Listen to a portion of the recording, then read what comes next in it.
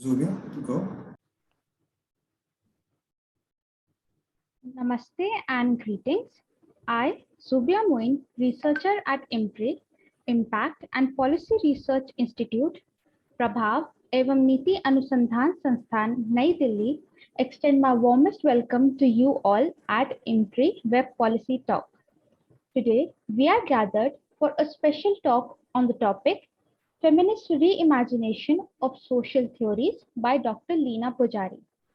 This deliberation is a part of the State of Gender Equality #Gender Gaps series, which is organized by the IMPRI Gender Impact Studies Center. As the chair for the session, we have Professor Vibhuti Patel, visiting distinguished professor at IMPRI and GISC, former professor, Tata Institute of Social Sciences, Mumbai. We welcome you, ma'am. With permission of chair, I would like to introduce the gathering. Please introduce the lecturer and the special discussants. Thank you, ma'am. We are elated to welcome our distinguished speaker, Dr. Leena Pujari. Dr. Leena Pujari is a feminist sociologist and researcher who believes in teaching for social transformation and in nurturing critical and analytical minds. Currently, she is Associate Professor and Head, Department of Sociology, KC College. She specializes in gender studies and has been passionately involved for 2 decades in creating a gender-just and emancipatory space on campus. Among her several meaningful initiatives as convener of Gender Issues Cell of her college include a certificate course in gender studies to help build a critical feminist perspective among students, setting up a legal cell, a first of its kind initiative for the undergraduate colleges in Mumbai to provide free legal counseling to students and staff members on issues of domestic violence and sexual harassment. Her most recent publications include Doing Sociology of Gender in the Classroom, Reimagining Pedagogies, published by SAGE, a chapter on transforming the sociology classroom, implementing a critical feminist pedagogy. In an edited volume, Geeta Chadha and M.T. Joseph, edition 2018, published by Routledge, Sexual Harassment is Endemic in Academic Spaces, and Insider's Perspective, published in Economic and Political Weekly. Gender Dimensions of Media, Insights from Within, Economic and Political Weekly, and Disrupting the Gender Binary, Querying Feminist Pedagogy in an edited volume, published by Routledge. As a member of the Board of Studies in Sociology, she has contributed extensively to curriculum design and development. She is an avid researcher and has researched on tribal women in Odisha, child rights in Mumbai and New Zealand, and most recently led a team of researchers on a UNFPA funded project on major media houses in Mumbai and the gender sensitive components. We welcome you, ma'am. We are also joined by esteemed discussants. First of all, we'd like to welcome Professor Vauquline, Professor, Department of Women's Studies, Gauhati University, Guwahati.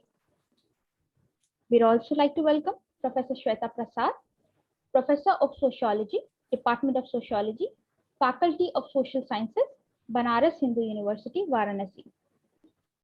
We'd also like to welcome Professor Shruti Tambe, Head, Department of Sociology, Center for Advanced Studies, Savitribai, Phule, Pune University, Pune. We extend a very warm welcome to all of you. Now, I invite our chair, Professor Vibhuti Patel, to initiate the deliberation with her opening remarks, invite our esteemed speaker, and to proceed further.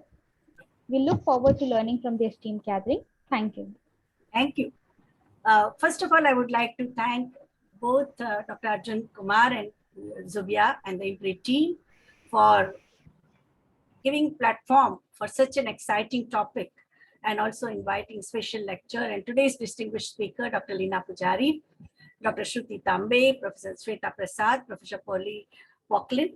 All of them are going to make the discussion very, very lively and exciting. We have got tremendous response, more than 200 students and scholars and teachers and academicians and policymakers have joined us. I would like to, first of all, I feel very reminiscent when talking about feminist reimagination of social theories. During my college days, when I got exposed to social theory, the, the establishment theories were reigning supreme. It was reading of Second Sex by Simone de Beauvoir, who sparked post-war discussions on feminism, morality, existentialism, that I developed not only critical eye with regard to social theories, but also an insight into the feminist efforts at engendering social theories. And I would like to begin with the quote from Simone de Beauvoir, her sharp critique of the mainstream theories, social theories. And I quote, in male existentialism, women are disposable. As much as existentialist works make a proper pit for introspection, I can't help but be privy to the gender space that it is. They might be props to aid a story, temporarily salvage the protagonist from his loneliness, or be poles apart enough for him so that he can ultimately navigate his thoughts further. So I think this is a very, very powerful statement that she made, and feminist reimagination of social theories emerged from such efforts by the women's political movement for women's rights in economic, political, socio-cultural, and education spheres. During the first wave of feminism, and contribution of Mary Wollstonecraft or Susan B. Anthony was marked by women's suffrage movement of the late 19th and early 20th century, which challenged the inequalities between men and women in the spheres of public life, in voting right, in political participation, property and inheritance rights, employment and equal rights in marriage and in public life. It challenged the gender-based division of labor and critiqued the male-centered social theories in ethnography, anthropology, history of colonialism and Orientalism.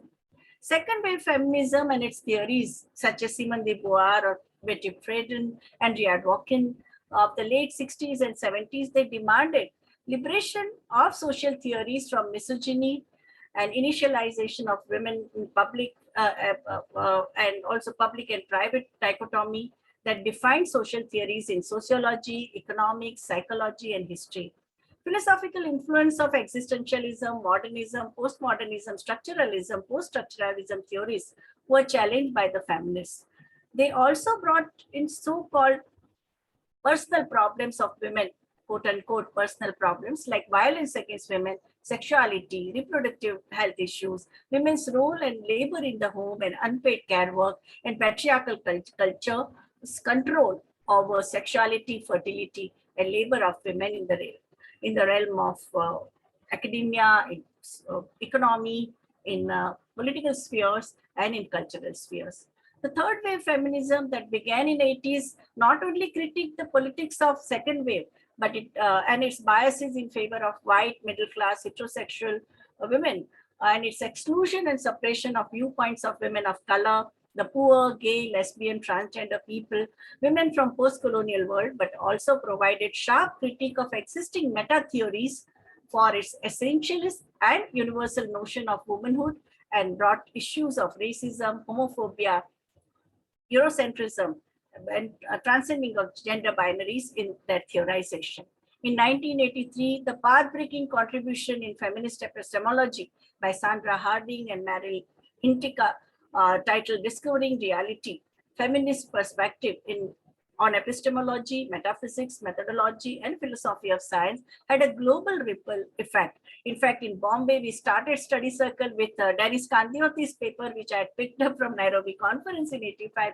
And that's how the Vacha study circle, which lasted for nearly 9 years. Every fourth Saturday of the month we used to meet, we were discussing this.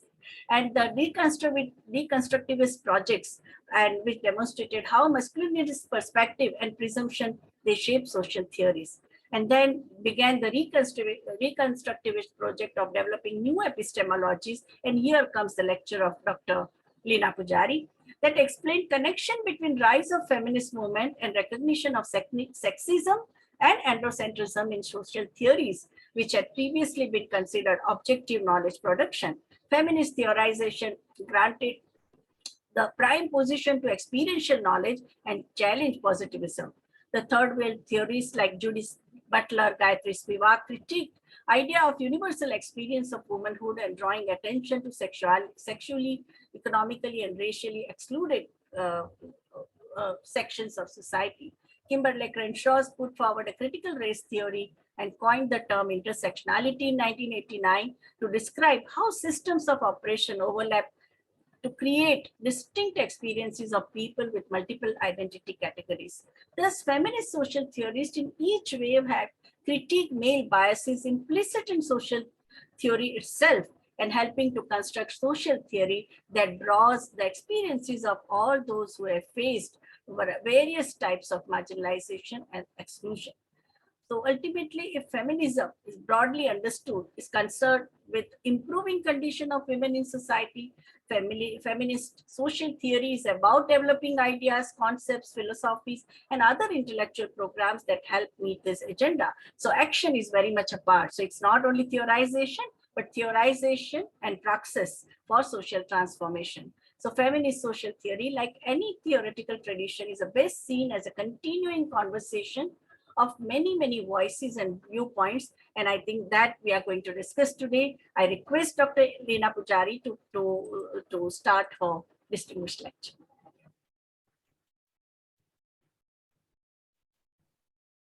Am I audible?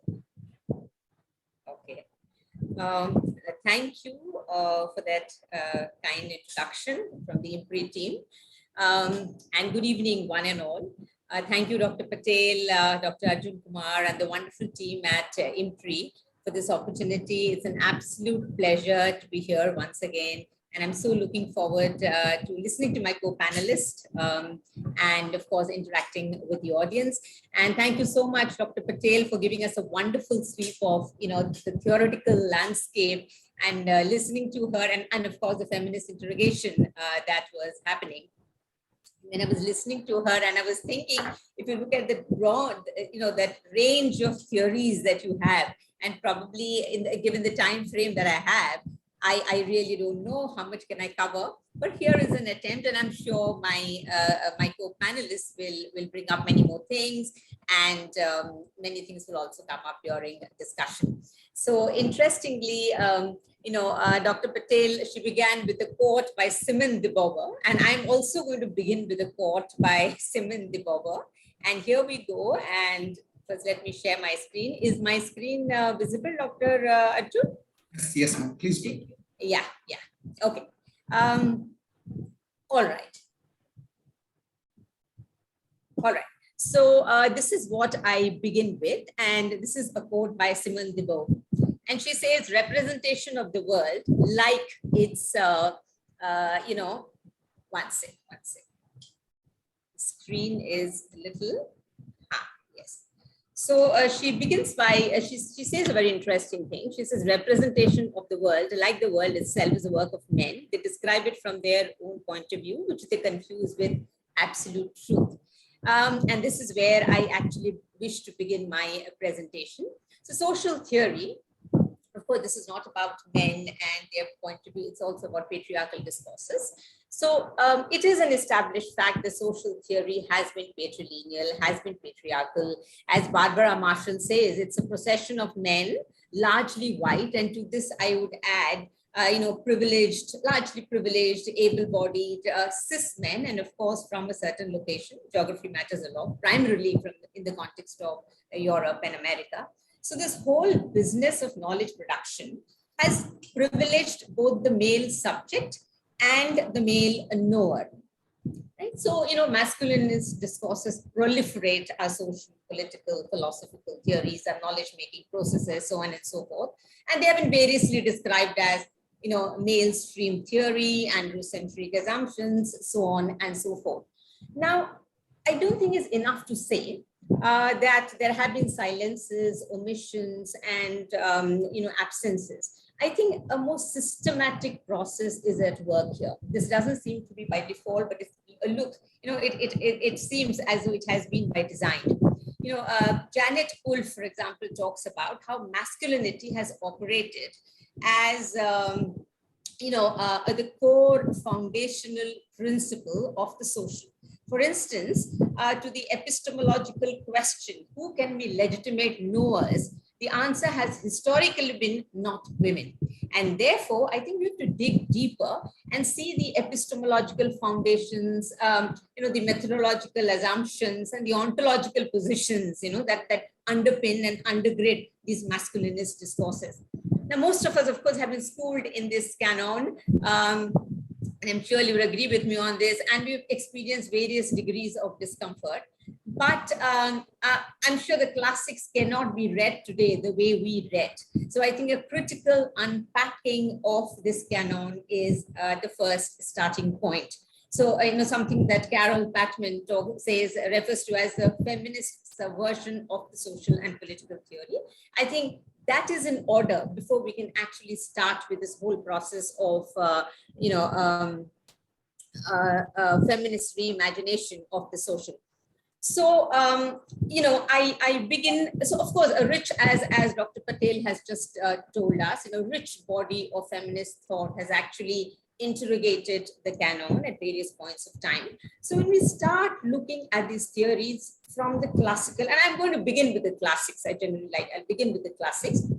And if you look at, when we begin from the classic to modern and even beyond, one is struck by, a series of dualisms and binaries that permeate our theories, okay, that have been, most of the development of these theories have been characterized by these kind of binaries, public versus private, that Dr. Patel spoke about, universal versus particular, modern versus traditional, so on and so on. It goes, the Cartesian dualism kind of thing.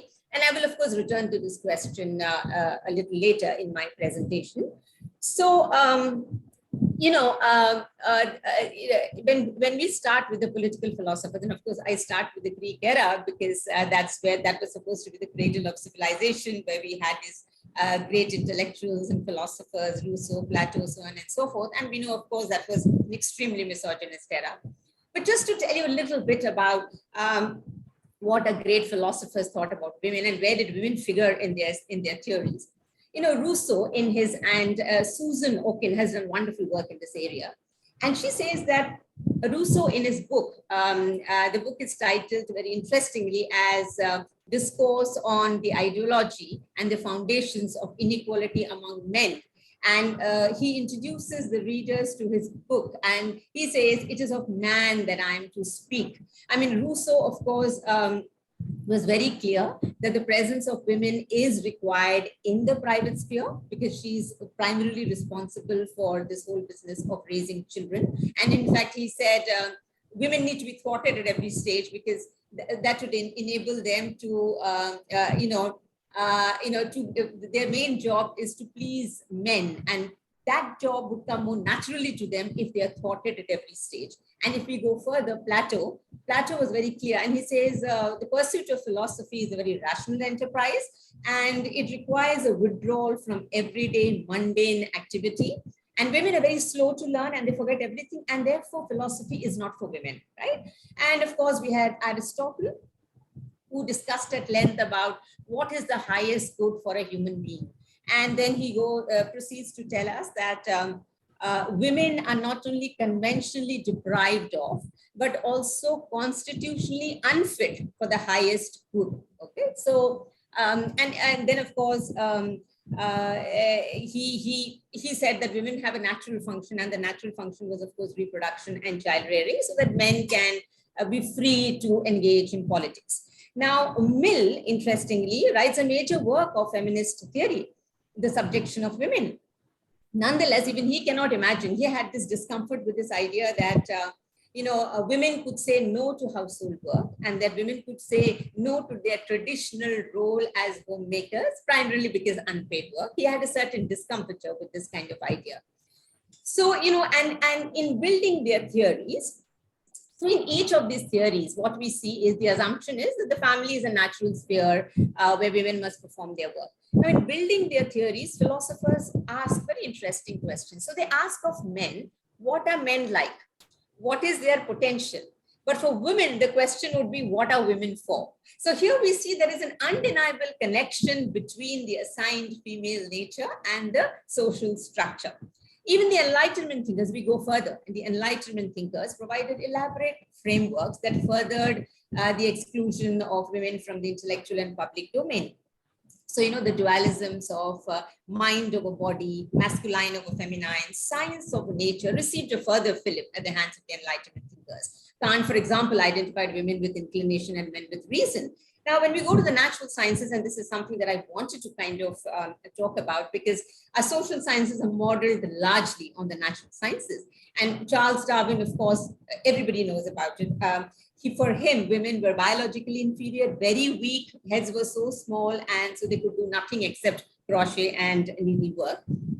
So this question, the kind of, so all these frameworks, therefore, not only sort of reinforce the division between the public and the private and the other dualisms that I was talking about sometime, it was there in the previous slides, but what they also do is establish the hegemony of man over women, science over nature.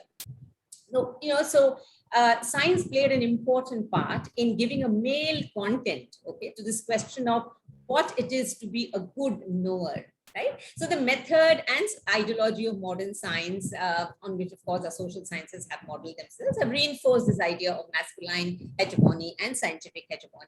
Now, if we were to go further, and I would start looking at social theories, and if I look at the founders, I mean, of course, I'm speaking from a disciplinary location, but of course, in this times of interdisciplinarity and transdisciplinarity, we also need to make a foray into other disciplines, so which is why I began with philosophy and the political thinkers. But if I were to come to my own discipline, sociology, and these have been the founders, of course, I refuse to call them fathers of sociology. They have been the founders of the subject. There have been other women also who have been the founders, but we have never read about them. Okay, so Auguste Comte, of course, was very clear, and he says, women, and it's best that women are naturally subservient to men. Their mission is to humanize modern men because they are the epitome of humanity. Right, but he compared human beings to the animal kingdom, and he said, just as among animals, even among humans too, men are intellectually, morally, physically more superior than women. Emile Durkheim, of course, he spoke about the natural differences between men and women. And he said, in the evolutionary scale, as we move up in the evolutionary scale, it is marked by increasing differentiation between men and women. And in this process, men move closer to civilization and women lag behind. But he says a very interesting thing. Unlike others who basically treated men as completely disembodied, Durkheim says man is both the body and the soul. Right? So, he has the social inside him and the society inside him, which is his personality. And there's this constant tussle between the bodily senses and the social. The social triumphs in the case of the man, which is why man is, moves into a civilizational kind of era. But in the case of women, she's not able to overcome the pull of the senses, of the bodily senses, and therefore she lags behind, and therefore she is inferior. Now, when we come to Karl Marx, Karl Marx insights have been phenomenal. Feminists have drawn significantly from the works of Karl Marx. And Marx did not develop a theory of gender, but he talks about how the capitalist system exploits women. In at least a couple of his works and more, in German Ideology, he talks about how the father appropriates the labor of the women and the children. Then in Capital, he talks about how the family treats women as private property. Then, of course, he's talking about how the capitalist system exploits women. But everywhere the focus is on, women as a factory worker. He discusses at length about reproduction of labor power and how that is fundamental to the proliferation of the capitalist system. But he doesn't acknowledge the role that women play in the reproduction of the labor power. He makes absolutely no mention about it. He doesn't talk about the surplus labor that is extracted from the, unwaged worker. So these are the kind of sort of silences and absences which have remained in Marxian theology. Now, in all these that we look at this theory, certain things become, certain things are stand out. And what we see is that there are these distinct boundaries between the public and the private, with most of the theorizing happening around industrialization, capitalism, urbanization, citizenship, contract, freedom, equality, reason, interestingly, all the hallmarks of modernity. But a woman's subjectivity is construed as being of a fundamentally different character from that of the man. And therefore, women can never be the modern subject. Okay, so this kind of dualism that we see, universal and particular, with the with the public universalized humanity, obviously referring to man, and it is to be counterposed with the private world of particularity, which is that of women. So the ontology of the social is certainly masculine, without that. It's built into it. And in fact, if you look at these theories and their if you look at these theoretical frameworks, one thing that will obviously strike you is they seem to be based on, they have actually been built in opposition to women and everything that is associated with femininity and women's bodies. In fact, Mary O'Brien talks about how a theoretical heritage lacks a philosophy of birth.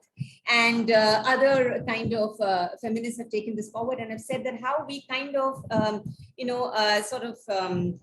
privilege, we don't mention of physical birth, but what we have privileged is this whole idea of how the masculine gives birth to a social and political order. So the classical social theory constructs a very disembodied, abstract, rational subject as the ideal subject of modernity. Now, in a structuralist world, what I just discussed or what I just presented before you is a very kind of the structuralist world that I was looking at before we move into post-structuralism and all that. But, in a structuralist world, we were overwhelmed by these positivist, functionalist knowledges. When we move into a post-structuralist world, I mean, no doubt, post-structuralism has forcefully challenged, claims of universality and homogeneity. But then the epistemological and theoretical frameworks haven't changed much. From those dualisms are still there. If earlier it was tradition and modernity, now it is modern and postmodern, it is colonial and post-colonial, and these kind of dualisms have continued. And of course, I will not, because of paucity of time, I'm not going to get into post-structuralism, but I'm sure we can take it up during discussion if and when it comes up. And of course, I'm expecting my co-panelists also to take it up. So if one looks at the ramifications, so all right, we know about this androcentric body of knowledge that we have. Now, what are the possible ramifications or are the consequences of having this kind of thing?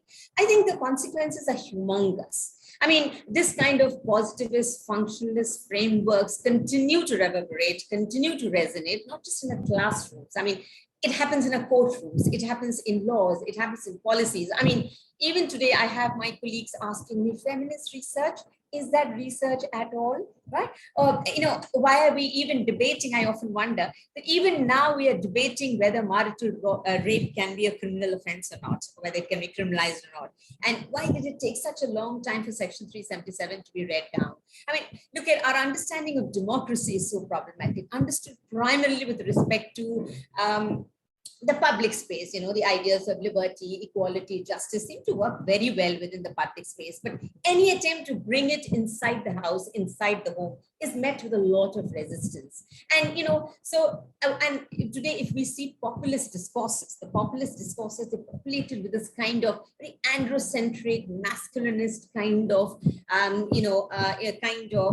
discussions, discourses, understanding that are rife these days. So what has been now coming to this whole thing of feminist reimagination. Now, in terms of the feminist responses, the initial response was, of course, Carol Bateman, she talks about politics of equality. The first response was, okay, women are not there, so let us kind of add women. Let us include women. It was a typical add and stir approach. We didn't ask any questions about epistemology and ontology. Women were just accommodated. And, some of the feminists, Dorothy Smith, for example, she talks about, and others as well, when you accommodate women within the existing patriarchal frameworks, then women become surrogate men. They will be pale reflections of men, or they become duplicate men. Is that what we are looking at? And so this whole thought of a feminist reimagination then cannot be about incorporating women or adding them, because without questioning those frameworks, I think that wouldn't work. This is something that has, of course, a feminist imagination has also has also been underway in India, especially in SNT Women's University, in Bombay University, and everywhere we've had feminist scholars, including Dr. Patel, people like Leena Pujari, Maitri Chaudhary, asking these questions about what do we really want. So, when this whole idea of feminist reimagination or women's study centers were introduced in different campuses in India, in different universities in India, the whole idea was that mainstream disciplines had to come under this feminist scrutiny, not just interrogation, but also reconceptualization, and whether that is actually happening. And then we realized that what was happening was this add and stir approach. What was happening was a politics of equality, but not a politics of autonomy. So so imagination then is about this politics of autonomy. Now, so what is this politics of autonomy? What we need is a fundamental restructuring and reconceptualization of the public and private, of modes of knowing. It is about bridging the gap, bridging this distance between the personal and the political that Kate Millett spoke about.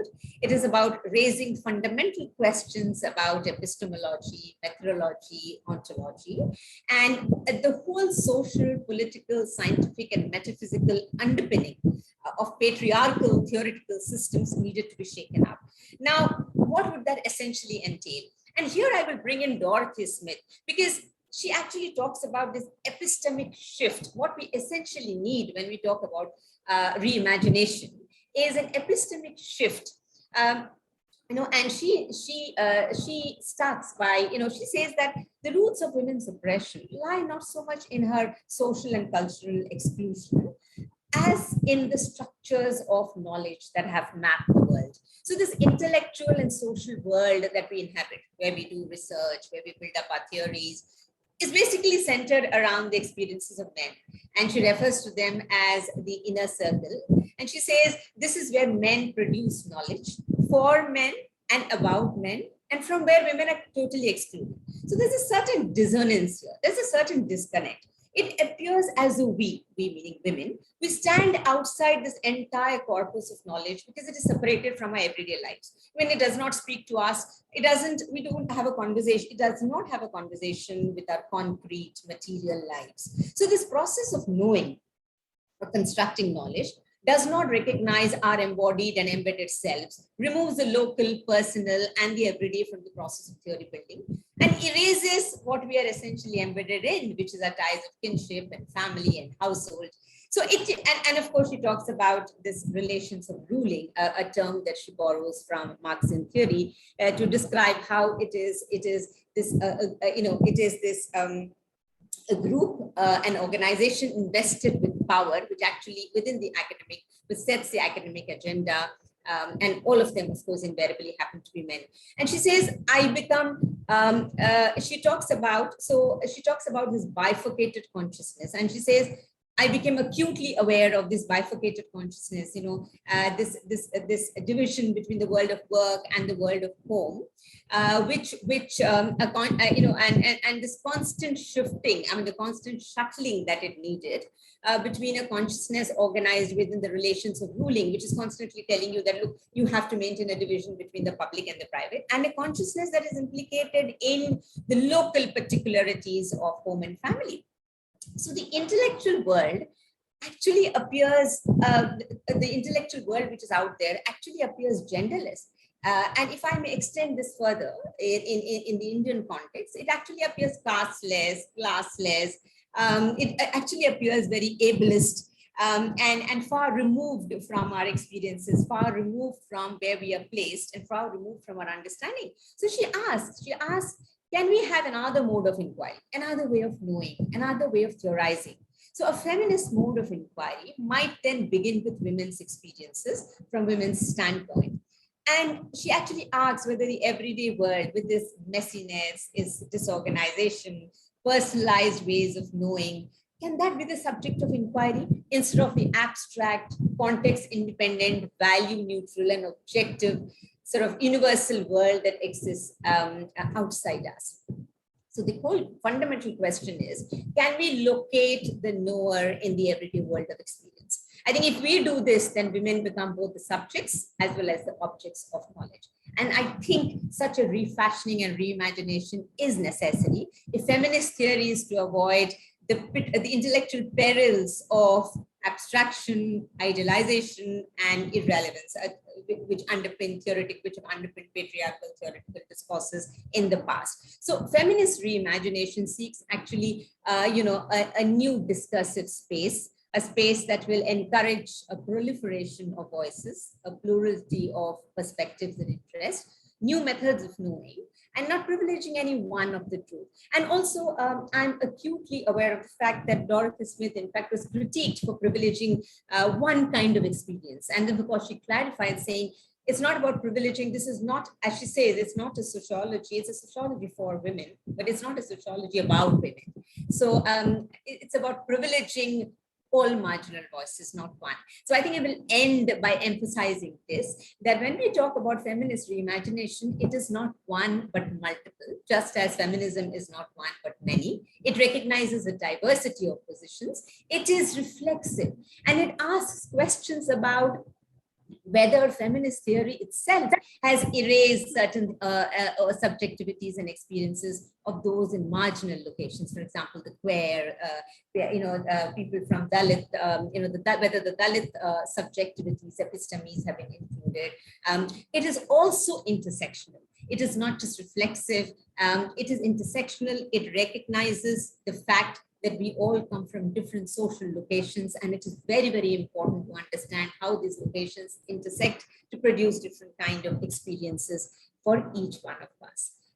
Thank you so much. I don't know whether I stuck to, whether I'm well within my time, but thank you so much for this opportunity. Thank you, Dr. Leena Pujari, for a very, very mind-blowing as well as a very erudite presentation. Covering such a huge canvas, right from Aristotle, Plato, Rousseau, Kant, Mill, Durkheim, Marx, post-structuralist, post-structuralist, postmodernist, all schools of thought you have said, and it's also humbling experience to say, and in feminism, that it is not only one particular my way or highway. There are plural meanings of feminism, and it is continuously growing discipline. So I would like to ask Professor Polly, how would you like to respond to what Dr. Pujari has presented?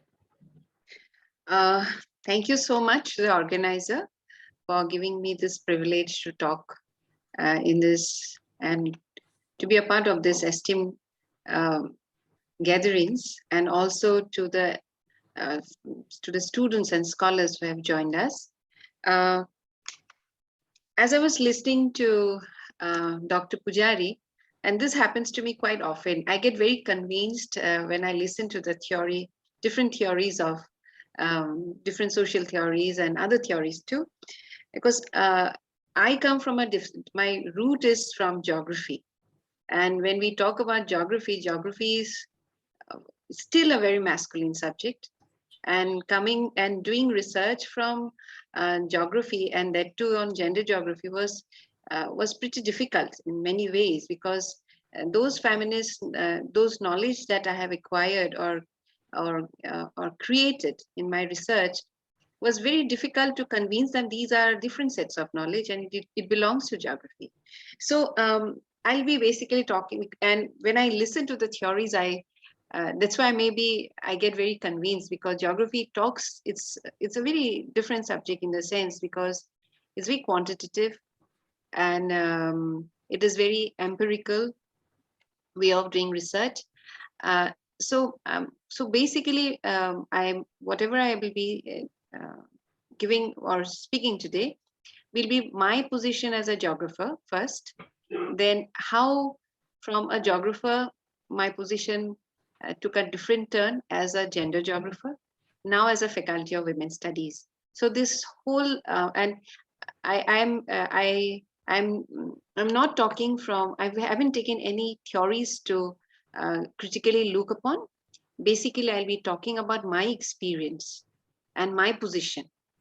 So keeping in mind that we come from a very diverse culture where if we look at the entire Northeast, it's a mosaic, or the entire India is a mosaic of different culture. So, so whatever I want to emphasize upon and whatever Dr. Pujari has said, I picked up few points, and from there I would like to stress few facts. Is that so? Basically, I'll be talking, taking my whatever I'm going to give my viewpoints is my position as a gender geographer, as a researcher, and also a researcher from Northeast India. So if we really want to reimagine, like about the social theories from feminist perspective, then I would like to emphasize my experience as a geographer, gender geographer, and then also as a faculty of women studies. So what I have observed is that when Pujari was talking, she referred about representation. So how representation matters. So when we talk about the theories, one thing it always strikes me like who framed the theory? When did they frame the theory? And from where did they frame the theory? So what was the position? So from what position did they form the theory?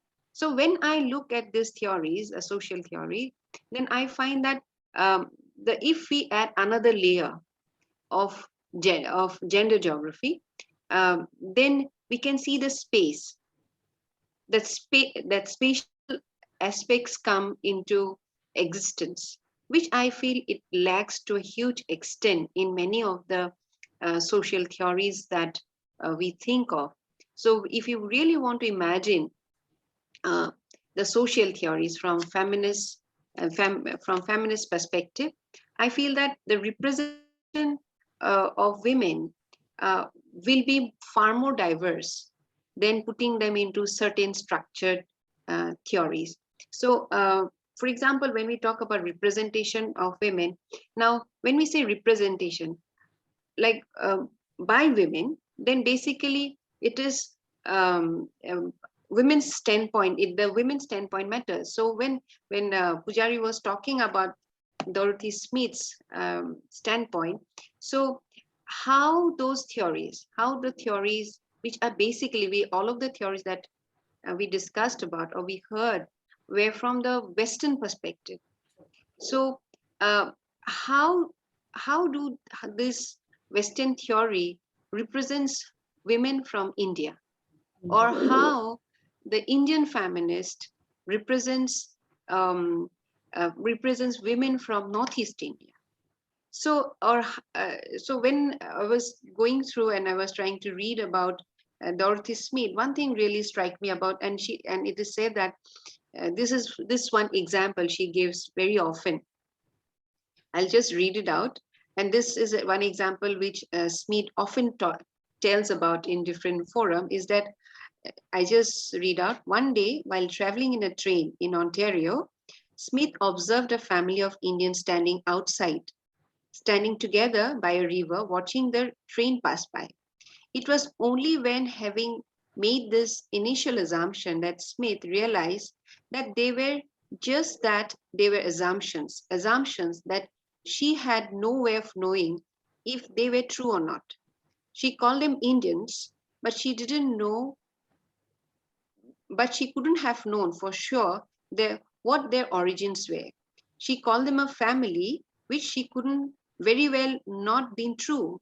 She also said they were watching the train go by, an assumption that emerged solely based on a position in time and space, a position riding in the train, looking out in the family.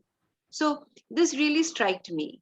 Now, when we look at if Dorothy Smith was not Dorothy Smith, but it was an Indian and just going in that train, how that Indian would have thought about those Indians. this is something which really strike me. And why I'm saying so, because many of the theories, social theories, I feel that I cannot connect. I cannot connect very well in the context of a woman and a feminist scholar from Northeast India. And because patriarchy has a different conceptual understanding, patriarchs in India, in Northeast, are of different type, women of our place are of different type, but we have some commonalities. But yes, so while reframing, I feel that if we take space into consideration, if space is taken into consideration, along with space, if time is taken into consideration, I think we can add one layer to that imagination of feminist or social theories from feminist perspective. Another thing which I felt is that about why feminist theories together with social theories are not taken seriously. Are we going too qualitative? Because quantitative data sells, and it's a fact in the knowledge system. So can't we blend it together? Like our approach, can't we blend our approach together? Or maybe we have to start from the methods. The way we do the research, it also matters to create a theory or build up a theory or strengthen the theory. So mixed methods, methods needs also to be re-looked upon if we really want to imagine, of creating a different layer to the social theories.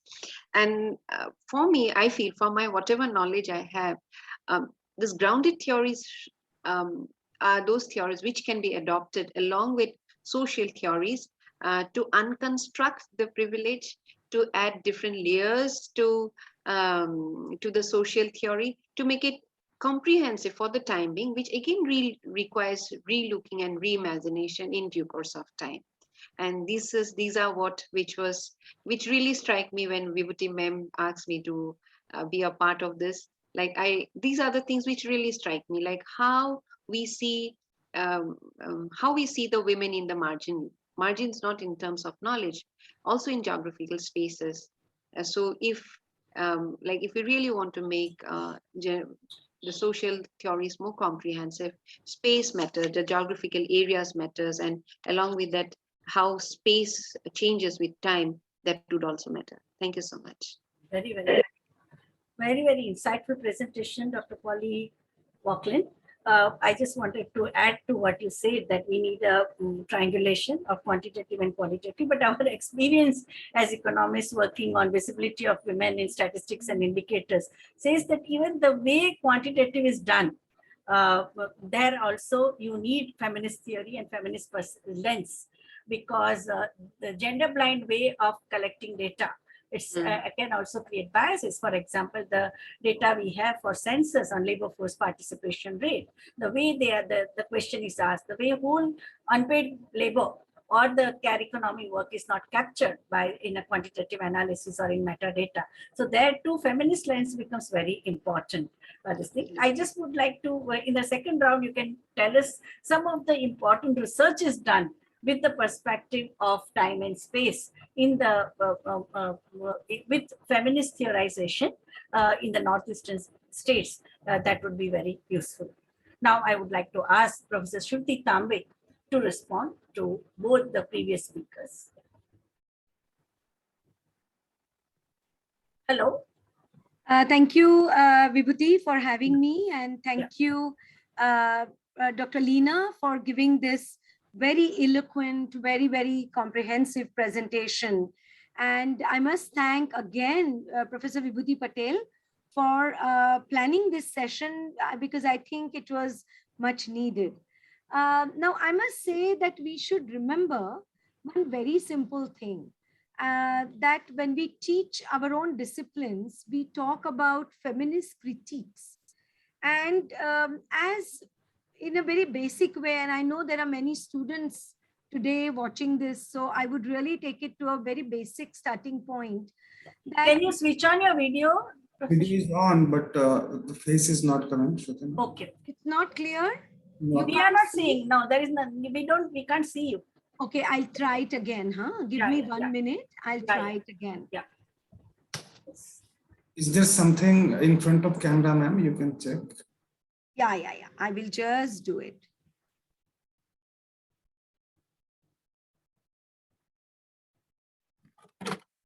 Can you see me now? Yeah, now we can see you clearly. Okay.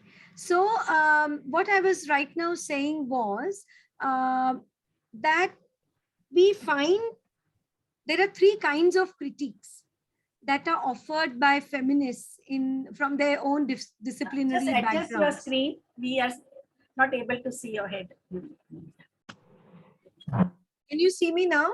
Now it's okay. Okay. So I'm saying that from various disciplinary backgrounds, there were critiques of mainstream theorization, mainstream research. And just now, Professor Pauly very rightly pointed out the binary divide between the qualitative and the quantitative, and many times the way in which feminist interventions are still completely neglected by our own disciplines.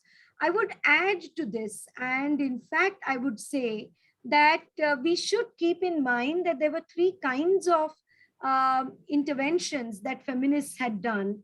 To begin with, we all know that there were scholars who spoke about, how we could really add the gender component and look at our own disciplinary backgrounds, disciplinary contributions from a new perspective.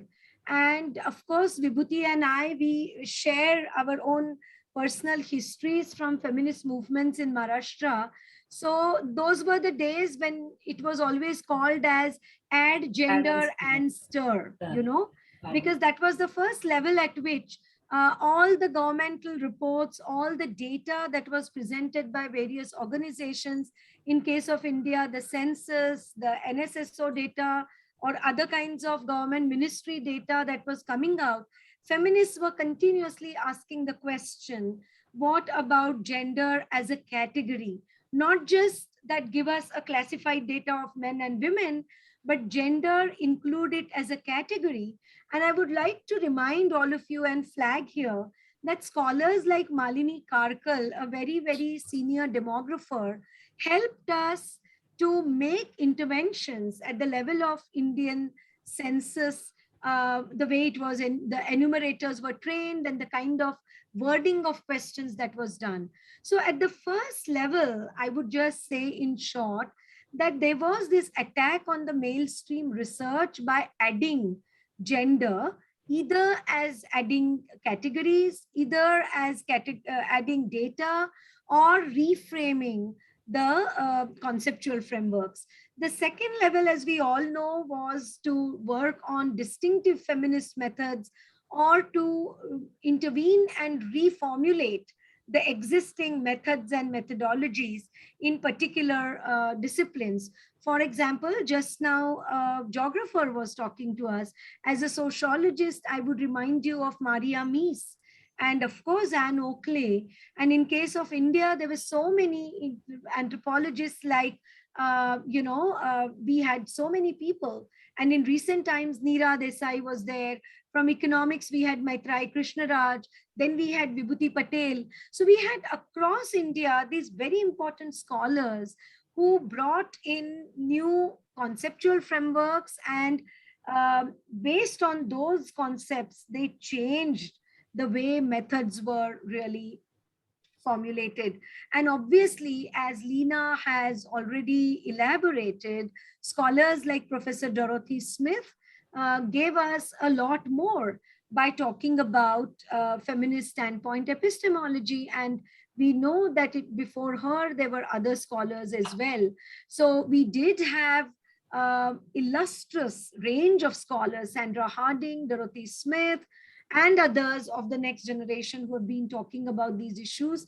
But I do agree with great distress in my heart with Professor Pauly that even today in our professional conferences, when we go, feminist scholars or feminist methodologies or feminist interventions are still seen as, those rebels who are talking something outside the accepted ethos of our own discipline. And that's not just geography, Professor Polly, but even in sociology, we find there's so much emphasis on positivism, on objectivity and neutrality, on pontification, and the why question essentially goes to the background, and the why about gender relations.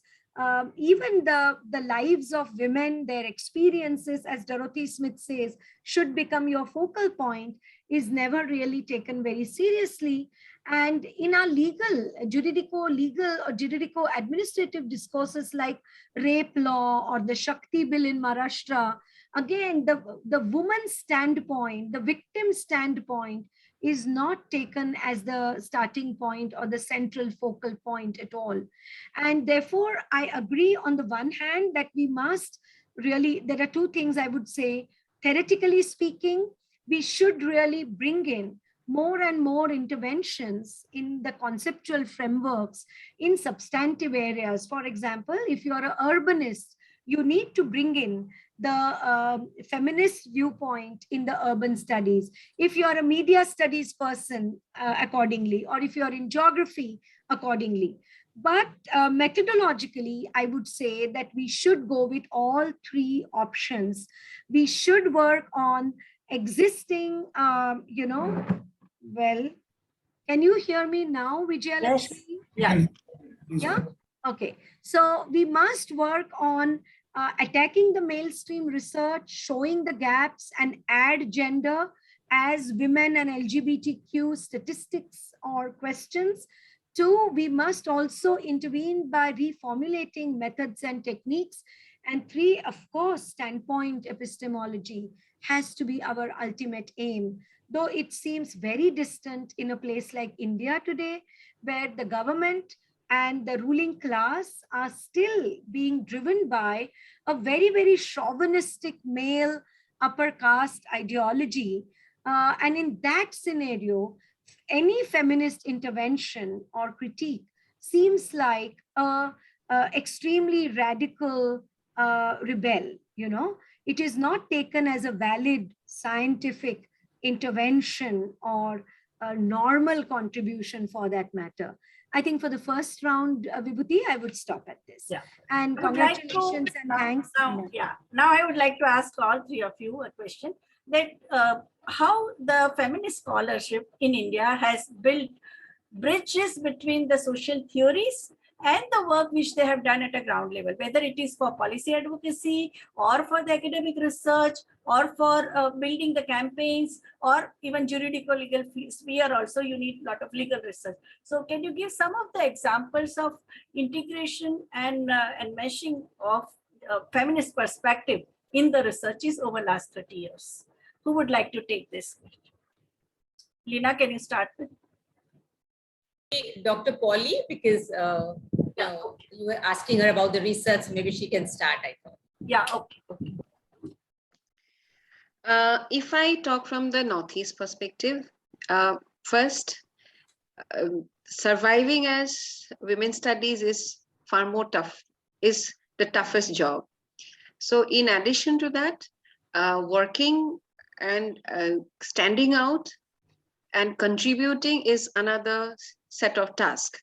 But in between, we have, like after the establishment of the department, first it was a center, now it's a department, the visibility has come in, structural visibility has come in.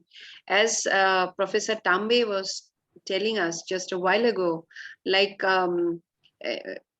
how the masculinity out here is very different. So from my studies, I haven't used time geography, but I have used gender geography to study about different issues. I found like there are differences out here, as Professor Tambe was saying, like here in our region, in Northeast region, the men are interested to know about women's issues. They're interested to know about feminism. It's not something they're against feminism. They're interested and they're willing to hear what we say. And in due course of time, through my experience. It's not through my studies or something as such, but being a part of being a feminist scholar or being a feminist researcher, there are I won't say huge changes which are happening in the language. More gender sensitive language has been incorporated, and not just among men but also among women. Changes are coming up, and thereby, and those changes are also adding to the creation of knowledge. And I, in that context, I feel, and but there are variations. There are variation if I look at it from a geographical point of view. There are variation in acceptance, and it doesn't matter how educated the people are, how the egalitarianism comes from from the livelihood. Maybe because the whole of Northeast, except Assam and Tripura, which is in the plain area, rest of the Northeast have different struggles, geographical struggles. Thereby, being rigid patriarch doesn't work for the family to run. So, and it is because of that egalitarianism is seen to a certain extent, and it doesn't mean that violence doesn't happen. Violence do happen, domestic violence do happen, but it doesn't get registered again because of the geographical area where we come from, because of the sixth schedule, and the cases doesn't get registered in the police station. These are handled by the customary laws. But when we did research on this customary laws, and we looked into the violence which happens where customary law exists, the flexibility of the women to come out from those abusive situations are different. So, which may, and again, when from my experience as a researcher, like here people take pride in calling themselves as tribals, which is again something to do with the space where we belong to. Tribe is pride, whereas in other parts of India, tribe means a derogatory word. So this needs to be understood, and this is maybe I haven't done an extensive study, but as a researcher, I've seen that with the existence of 4 very strong women's studies department and centers in the region, but all the 4 centers are in Assam, but it has created changes. It has caused changes to the region, and it has created some bit of ripple effect. And in due course of time, maybe it will take time. Definitely, it's not as strong as South people, feminists from southern part of India or from western part of India, northern part of India. I'm not taking Kashmir and but northern part of India. But in due course of time, these voices are heard. These voices are raised, and because maybe we live in a place where we do not find rigid patriarchs.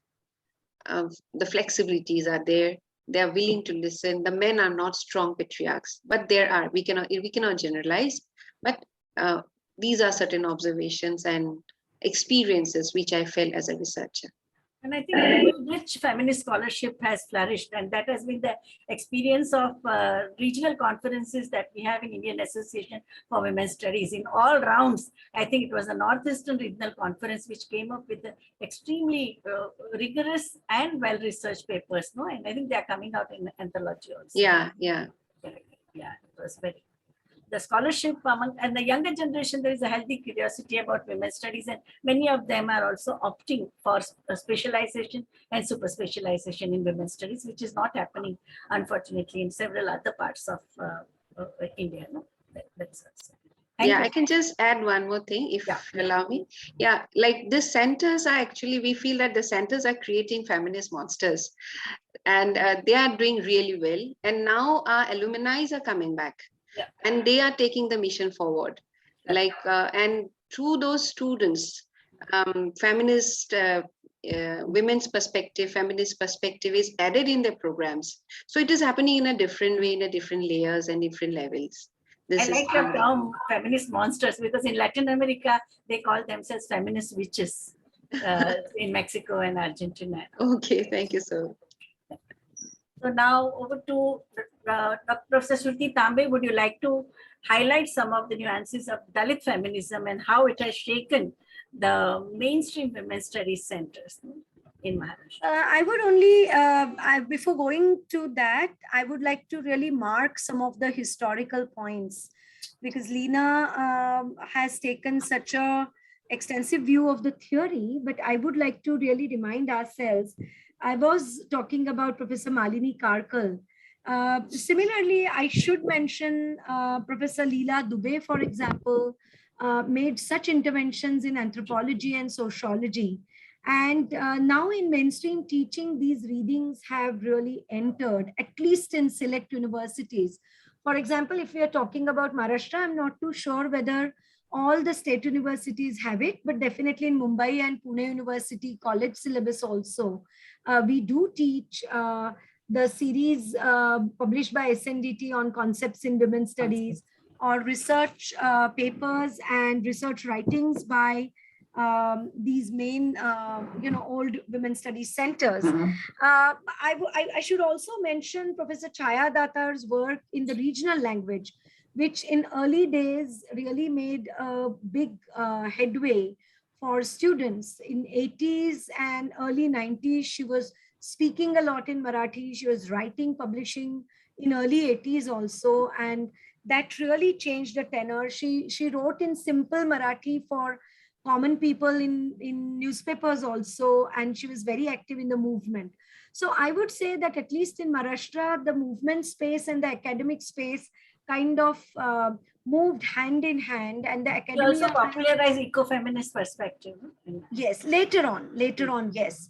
So I'm saying that feminism was not just theory, but the movement insights and the academic knowledge went hand in hand in Maharashtra, and that was one of the benefits that we all got. I think my generation, Leena's generation, found it easier to convince our seniors in the discipline or our board of studies and so on, because there was already this major hue and cry, including Professor Vibhuti Patel. There were these firebrands who were already in universities, writing, publishing, researching, and talking about it in different academic bodies. So the canonization of feminist knowledge was quite easy that way in certain parts of India than other parts of India.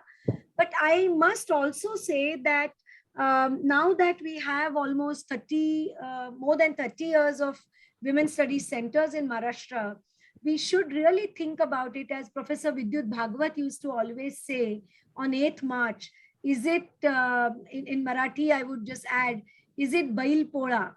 Because once a year, you really deck up well all your oxes and your cows, and then through the year you make them work for you. So is 8th March something like that? Tokenism, basically. So women's studies centers, and Vidyut Bhagwat used to always remind us that actually it will be a good day when there's no need of a separate women's studies center, but all the disciplines are including the basic insights of gender studies and feminist theory as their foundational knowledge.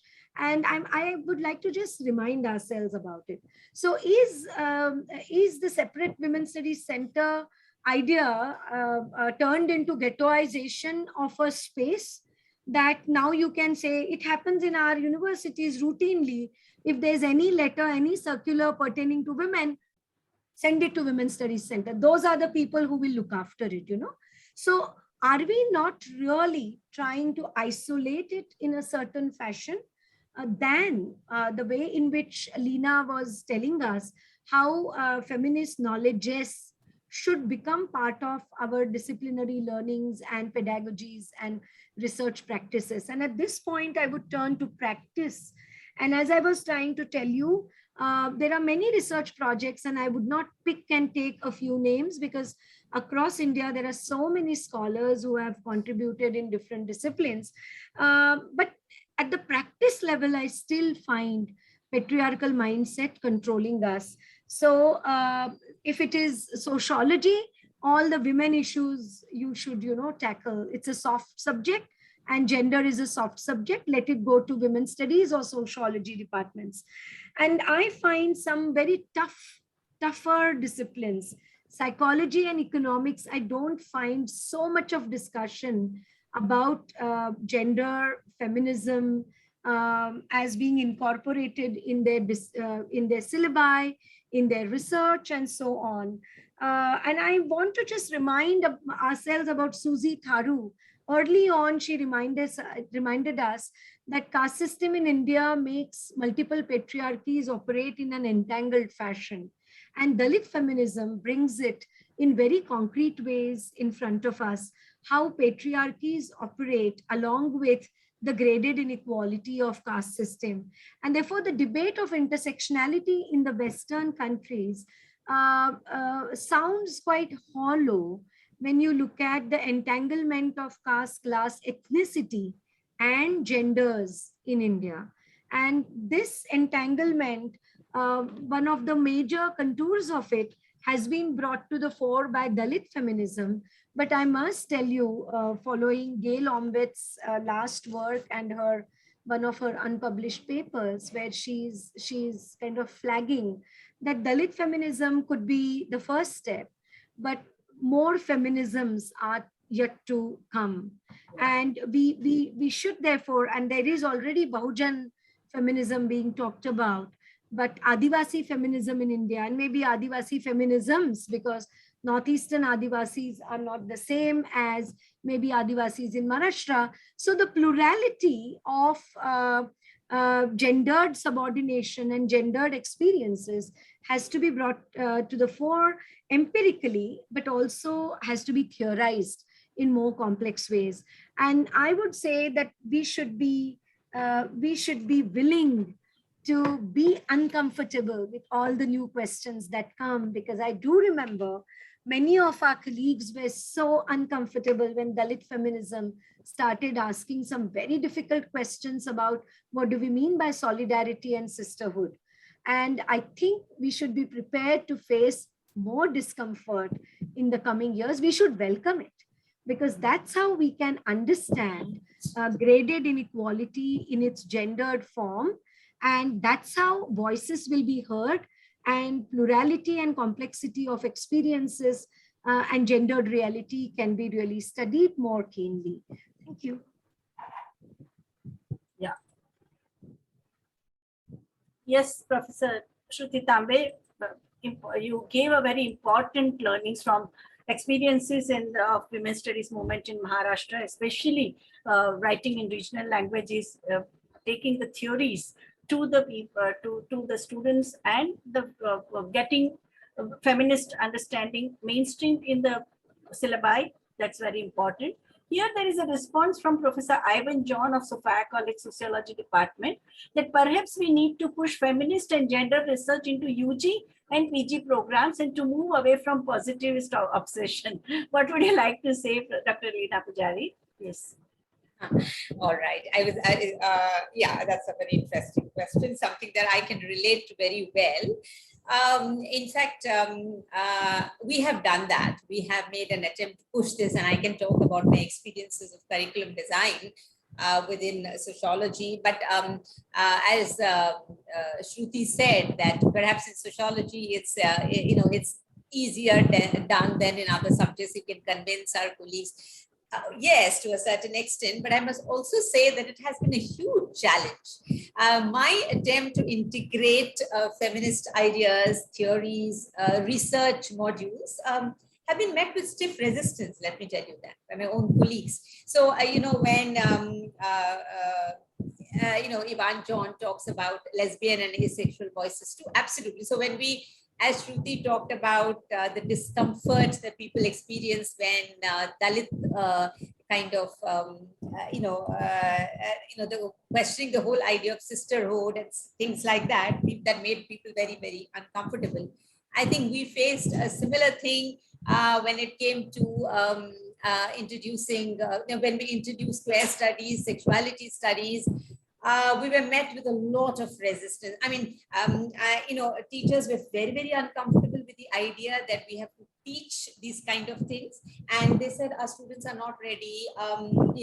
We will be accused of all kinds of, the parents will be upset that you are teaching students these kind of things. I mean, these were the kind of things, And there was this pedagogy of, silencing those topics. So these topics would not be engaged with in classrooms. It was a real struggle.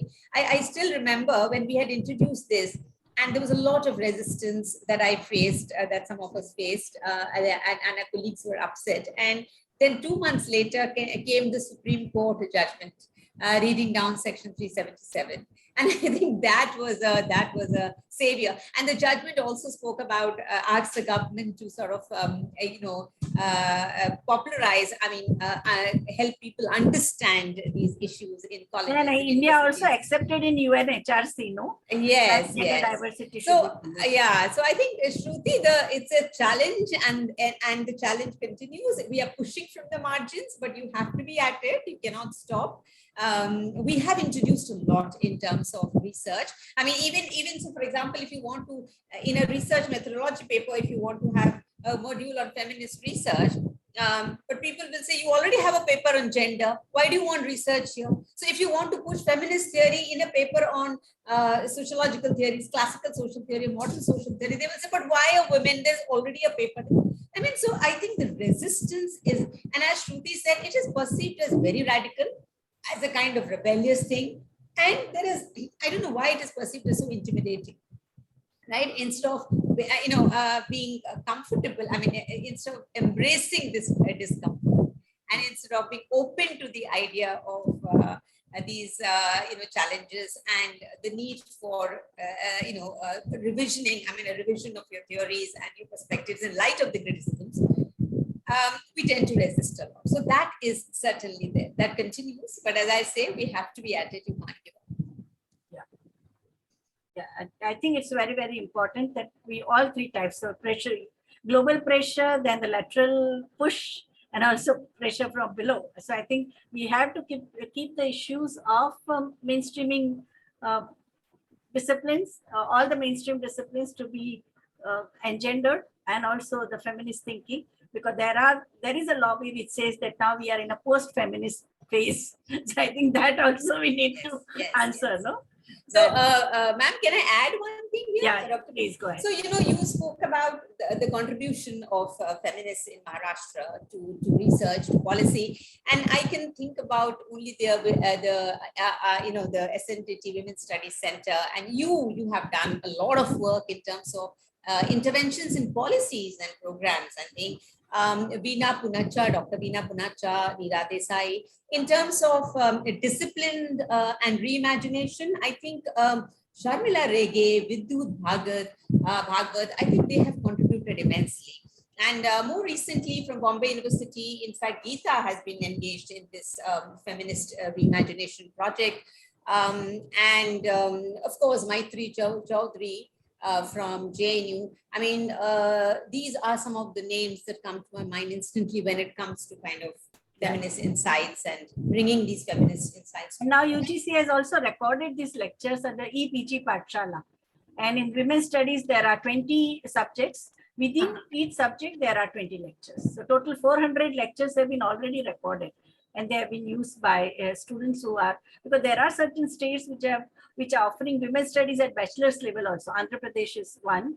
And many other colleges and universities have introduced a paper within different disciplines on women's studies, no? Whether it's a sociology or economics or political science or literature. So there it is useful. So I think it's very important to spread this, because main thing is availability of literature to the common students, because it has not reached the Bal Bharati level. Though National Education Policy 2020 talks about taking women's concerns and gender sensitization right from preschool to at all level, but it is only a platitude. Nothing has happened at a ground level. So I think the challenge is for all of us to take it to the way Chaya has done in Marathi. I think we all have to do in our respective languages.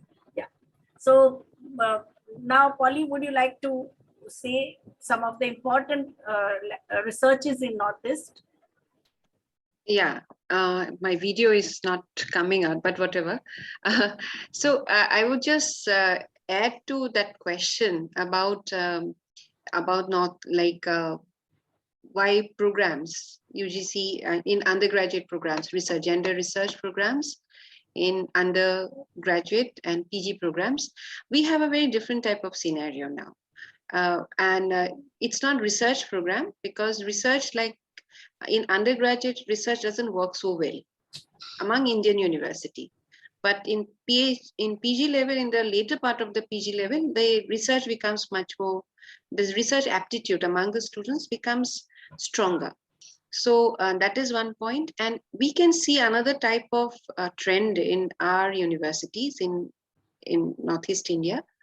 Like initially we had difficulties having students to take up women's studies. But of late we have seen that since they study or they have a paper in their respective, in their mainstream subject, so we are getting students from different disciplines, also from science, who have taken up master's MA in women's studies.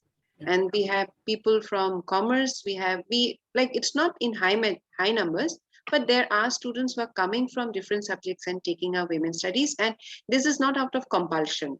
Like if they don't get it in some other subject, they are taking admission. It's not that, it's by choice. They come here by choice. But the disturbing factor is that we are getting lesser amount of male students. Okay. This is another issue that we are facing. It's measured now we get lots of applicants. Like when we started MA in women's studies way back in 2012, we had 28 seats and there were around 30 applicants. But now a number has increased to 42 students and we get more than 200 and 250 applicants. And what about certificates and diploma? I think there you get so many working people, no? That and the professionals. It's in MA in women's studies. MA, yeah, it's a full-time course. So full-time. But what about that? Should we also have more and more diplomas and certificate courses in feminism? Yeah, we need to do that. In And this experience, we got an excellent response. We had a course on feminism. Leena was also there. 9 lectures were there, spread over 3 days. It was an immersive course, online course, and we got very good response. So I think we can. And in undergraduate courses, what is happening? We have regularly we conduct refresher courses. So those faculties are going back to their colleges and they want to introduce certificate courses in their colleges. The problem is that government is not giving us post. So now NOC has to be produced by the colleges that they will not demand post. So these are the things which are coming in to carry forward the whole knowledge of women's studies in our region. And Professor Patel, you had another question. It slipped off my mind. Yeah. And then I would also like to ask Dr. Leena Pujari, her experiences of running a course on for gender course for past 12 years. What have been because yours is basically a commerce college and still you are getting good response. Professor Ivan John is asking, it is interesting to know that we can under NEP 2020 think about increased probability for cross-pollination as artificial divisions such as arts and science get melted down, which is also true. Yes, very important. Very, very important. Yes. Yeah. So, we have been doing this. Mine is, of course, a small correction. It's Arts, Commerce, and Science College, all three together. You get, we do get, again, the same problem that we have. We have been running it for now 8 to 9 years now, and the course, and the same problem that Dr. Phule mentioned about, we get very few cis men as such, as participants in the course. But, and this running the course has also kind of, taken me to this whole debate that we had right here in Maharashtra when we had these women's study centers that were established about, and the kind of debates and discussions that happened among feminist scholars about what are we supposed to do, and are these courses something that Shruti also brought up, that is it a ghettoization? Is it about, so when we insist on women's studies separate center, does it lead to a kind of ghettoization? Instead, should we have an integration into all disciplines? But there's a problem there also, because when you talk about integration into other disciplines, so if I talk about women's studies being integrated in commerce courses, I mean, even so not that it's not possible, but then the whole question is, what about pedagogical practices? Who's going to teach those courses? I mean, teaching women's studies is not just like teaching any other mainstream subject. Like it is, yes, you need to be imbued with those kind of feminist insights and things like that. And that doesn't happen. So very often, even in FC foundation course, when these courses are introduced, I mean, either if the teacher is good and if the teacher has an exposure to these ideas and feminist ideas and concepts, she does a good job of it. Otherwise, it's just like any other way. It's a sad state of affairs. The way the way these papers, the way these topics are taught. In fact, if you look at the guidebooks, some of the guidebooks that we have are absolutely pathetic in terms of stereotyping women and the way they. I mean, for example, one of the guidebooks will tell you that. One of the reasons for domestic violence is the nagging behavior of the woman. The nagging behavior of the wife apparently is, and that has been written by someone who comes from a commerce background. So these are things that we really need the nursing textbook. No, these are advantages of dowry. Ugly women can be. Yeah, that is one. But I'm talking about at the UG level in Mumbai University. These are the texts. But one thing about running this course is, okay, our course is very different because in the sense that, one of the main objectives of doing the course is, of course, to raise a critical feminist perspective. And we are very careful about the pedagogues, that we invite to administer the course. Whether, in the sense we have filmmakers, we have feminist filmmakers, lawyers, we have academics, we get a whole lot of people from the movement, from the LGBTQI++, and other activists coming in, and they are themselves very passionate about this. Yeah. And therefore, they bring to the course a certain dynamism, which kind of sparks this kind of, which triggers the spark for change. So the whole idea of doing this course is to bring about a transformation. And that is something I feel we have been able to achieve to some extent. I mean, I will not say that every student in the every year gets transformed, but certainly there are people for whom the course has brought about massive changes in their lives, in their families, in their neighborhoods. I mean, they have been able to do that.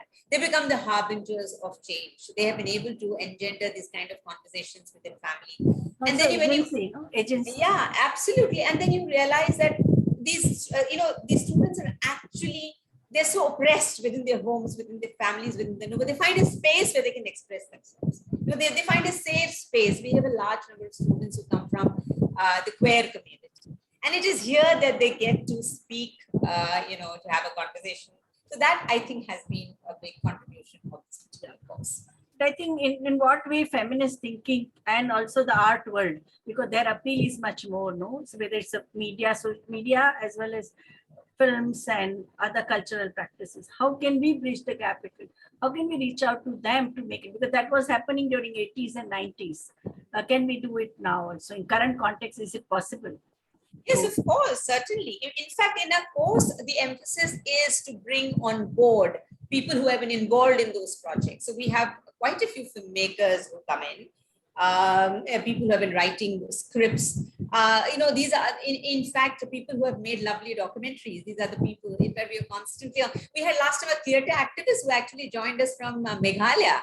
To do, because we have gone online now in the last 2 years, we actually could get active people from the grassroots. So people who are engaged in the struggle with Adivasis in Orissa in some remote corner have come as a resource person. We had a theatre activist who came from Meghalaya, who joined us from Meghalaya. So we have a diversity in terms of, the faculty. So that, I think, lends a different kind of sort of color to the whole course. Yeah. And I think Professor Ivan John is also with the Focolara group, no? So I think through music and art and creative expansion, verses and all, there also, I think they are bringing changes. Lovely, yes. Yeah. So now, would any one of you either ask question, then in that case, you please unmute yourself and switch on your video and you can ask the question or intervention or whatever your experiences are there in this field of feminist discourses, you can share. The floor is open for all. Someone has raised? No, nobody has raised. Okay, then should I conclude? Or any of the panelists, discussants, would you like to speak? Professor Shruti, Professor Not Vauquline? really. Thank you. No? Thank you for Okay. a very extensive discussion. And Yeah. it was a Okay. pleasure joining as discussants. Yeah, so I would like to conclude, because I think today's major question that we were trying to answer was that how feminist theory matters today. Now, it is undeniable that feminist political movements have made tremendous gain over last 150 years. The social scientific evidence demonstrates that there are still large inequalities between men and women. Sexual minorities are completely excluded. There are so many, we still have persistent transphobia. When it comes to areas like income and wealth, political power, opportunities, legal rights, sexual assault, rape, domestic violence, and the overall status of those who are at the margin and who are underserved. As long as gender inequality and oppression exists, feminism and feminist thought will continue to matter to millions of people throughout the world. Moreover, feminist intellectuals continue to develop cutting-edge and nuanced understanding of social world that enriches the power and possibilities of social theory writ large. Feminist knowledge and its impacts on other academic disciplines, which began in 1970 during the 70s, and so many examples were shared by Professor Tambe, Professor Phule, and Professor Dr. Leena Pujari, from various regions, whether it's the Northeast or Maharashtra or even in Delhi and several parts of our country. The way women's studies centers, some of them have made pioneering contribution. So it is now, there is uneven impact in different disciplines. Some disciplines have responded, as sociology was the first one to respond to feminism, but slowly and gradually we are seeing that the economics, geography, psychology, political science, and even the literary theories they have which were largely mainstream, they have been now humbled, and feminist discourses have gained credibility. Based on the standpoint epistemology, the emergence of so-called post-colonial women as the new proletariat. I think that Maria Mies's work also brought out that women as a last colony. And this exploration became basis for the discussion in distinct feminist political economy of development. Micro-level researches which are grounded in women's experiences, as Dr. Shruti Tambe also told us, that it's a link to the theoretical analysis of development which takes gender as a primary analytic. The standpoint of post-colonial societies, women's challenge is not only male-centered development theory, but also Western feminism, the way Professor Phule told us, and I think all three speakers, they also accepted that we need to, there is a no one brand of feminism, but there is a plurality of experiences, plurality of theorization, and their applications in the research, thinking, documentation, training, knowledge construction, policy intervention, and even the juridical thinking. And now we also have a team of young researchers, feminist researchers, who are challenging gender biases in the medical colleges. And gender in medical education has become now a big important assignment which many feminists and the people's science movement and the Janaswasthya Abhiyan have taken place. And there also feminists are entering into dialogue with the professionals such as scientists and doctors. And in fact, when we started our campaign against sex-selective abortion, it was the scientists from BARC who invited us. In fact, we started with the study circle on Simone de Beauvoir's second sex. And then we went to say that how this perspective would relate to the question of sex-selective abortion and the overall subordination of women in Indian society. So I think the scope for feminist discourses is very high. We have seen after 2013 Nirbhaya tragedy, younger generation is increasingly inviting feminists to have a dialogue, to address them. Earlier, when there was a strong message that you all have become dinosaurs and we are in a post-feminist world. I don't think that is true. There is a tremendous interest in feminist theorization and feminist critique of the mainstream social theories. Thank you very much to all of you, our distinguished speaker, Dr. Leena Pujari, our discussants, Professor Shruti Tambe and Professor Phule Thank you. Thank you so much. Thank you so much. Over to Thank you. Thank you so much. Thank you so much for all of you. Thank you. On As to- we come, shall I start, sir? Yes, go on. Just for formal vote of thanks. Yeah. Thank you, everyone. As we come to the end of this extremely enlightening discussion, I, Zubia Moi, researcher at IMPRI, Impact and Policy Research Institute, New Delhi, would like to formally propose a vote of thanks on behalf of IMPRI Gender Impact Studies Center. We are grateful to Professor Vibhuti Patel for chairing and leading the special talk on feminist reimagination of social theories. We'd also like to express our gratitude to the speaker for today's session, Dr. Leena Pujari, for taking out her precious time to share her views on this crucial topic. We thank our esteemed discussants, Professor Vauquline, Professor Shruti Tambe, for adding your diverse perspectives and valuable insights to this deliberation. And of course, we thank all our participants here on Zoom or on Facebook Live for participating and raising pertinent questions. We are grateful if you are watching us later on YouTube or listening to us on our various podcasts. I hope that you continue to tune in future to our Gender Gap series and IMPRI #Web Policy Talks. Thank you once again, and I wish you all a very good evening. Thank you so much. Thank you for Thank you. Thank you so much. Bye.